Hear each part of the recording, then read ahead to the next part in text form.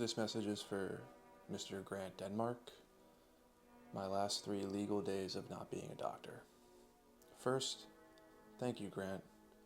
Thank you for not giving up when it got hard. Thank you for working out in their basement at 12 because you knew you could change. Thank you for not pursuing that fraternity, for not doing hard drugs, for ignoring the academic teachers who wanted to keep you normal, inhibited, and weak. I never had any gifts, 0. Just one simple goal, become a doctor. I watched my cousin go in and out of the hospital for years with complicated pancreatitis. I watched my mother's bowel perforate. We'd sit together watching Oprah while she showed me her colostomy bag filling with stool, and I was both grossed out and intrigued. Or maybe it was my father, who lost his own father to cancer at 17. Or my grandmother, who went from speaking to a cane, to a walker, to a wheelchair, to dead. Multi-system atrophy in a number of years. I'll never know why I did this, I just did it. Neither of my parents were doctors. No one pushed me to do this. It started from a place of insecurity, of not feeling smart enough. That's what drove me.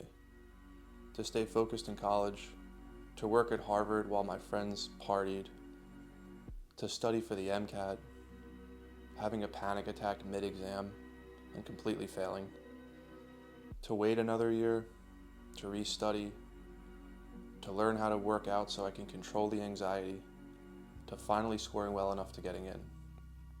Then medical school. I'd ride Amtrak to New York to see my then girlfriend, drilling Anki cards along the way, listening to Dr. High Yield, and Divine Intervention on the way back. I felt unsafe in Philadelphia and went to pick up my first firearm license. I got the news I failed step 1 when I was walking out of that office. A lot of people don't make it this far. A lot of people don't make it, period. I have made mistakes. I've struggled with self-esteem, worthlessness, isolation, anxiety, depression, you name it. Not once did I say, that's it, I'm done. I worked hard. I also overate. I average an obese BMI for the past decade, despite thinking I knew a thing or two about health and wellness. This hurts to admit. I haven't been very successful in business, despite 14-hour days for the past year, but at least I tried. It pains me to watch my parents grow old, to see my 13-year-old dog struggle to jump up on the bed, a reminder that life is quick and we all wear out. I'm not sure what comes next, but I know one thing. I walk on Tuesday, I get my diploma, and I start in the emergency room in June. That's the certainty, and it makes me happy. It reminds me why I did this in the first place, why my student loan balance is in the multiple 6 figures. Curiosity got me this far. Everything wears down, everything fails.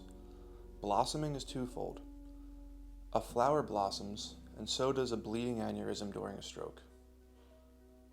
I have disappointed people, I have disappointed myself, I have made myself ashamed, and I have made myself love myself.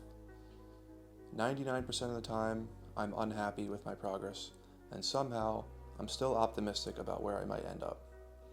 I've wasted more time than most, scrolling, dwelling, fretting, bullshitting. The future Dr. Grant Denmark has to be different. Receiving a letter, shaking a hand, getting to call yourself a doctor, none of that means anything without real reflection. My plane could go down on the way home. What would all of this have been for? So here's what I'm telling myself 3 days out. Keep going, stay curious, build for long-term horizons, move. You weren't gifted, you just refused to quit. That's enough.